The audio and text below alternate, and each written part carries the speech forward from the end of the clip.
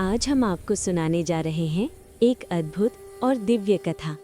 एक ऐसी कथा जो जुड़ी है राधा, सीता और माँ पार्वती की माताओं से। क्या आप जानते हैं इन तीनों महादेवियों की माताएं आपस में बहनें थीं? शिव महापुराण में वर्णित ये कथा है पितरों की मानसी कन्याओं की। प्राचीन काल में प्रजापति दक्ष की 60 पुत्रियां थीं।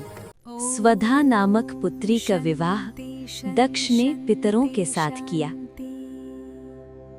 कुछ समय पश्चात पितरों के मन से 3 कन्याएं प्रकट हुईं, जिनके नाम थे मीना, धन्या और कलावती।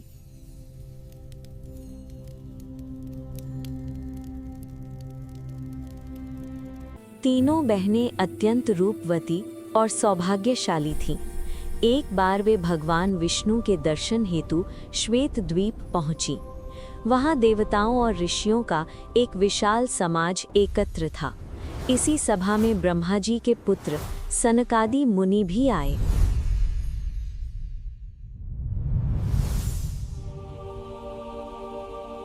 सभी ने सनकादि मुनियों को आदर सहित प्रणाम किया, परंतु शिव माया से मोहित होकर तीनों बहनें अपने स्थान पर बैठी रहीं।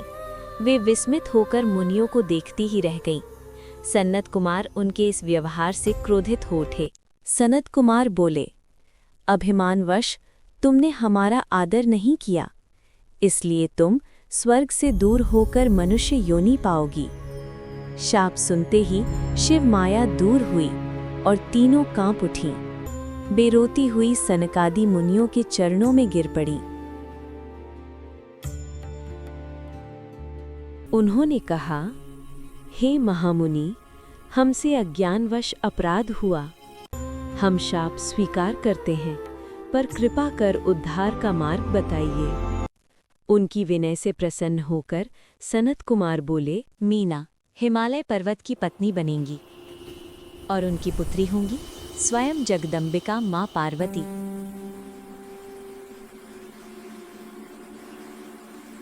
धन्या राजा जनक की पत्नी बनेंगी और उनकी पुत्री होंगी स्वयं लक्ष्मी स्वरूपा सीता माता। कलावती वृषभानु जी की पत्नी बनेंगी और द्वापर के अंत में उनकी पुत्री होंगी श्री राधा रानी। तीनों बहनें महादेव की भक्ति से सदा पूजनीय होंगी।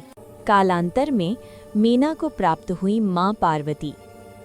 पार्वती जी की तपस्या से प्रसन्न होकर महादेव ने उन्हें अपनाया।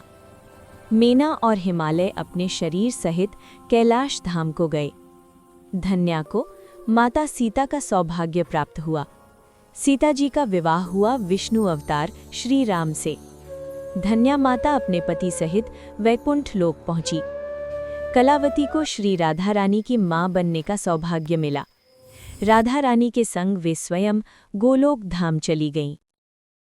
इस प्रकार सनत कुमार का शाप उनके लिए वरदान बन गया।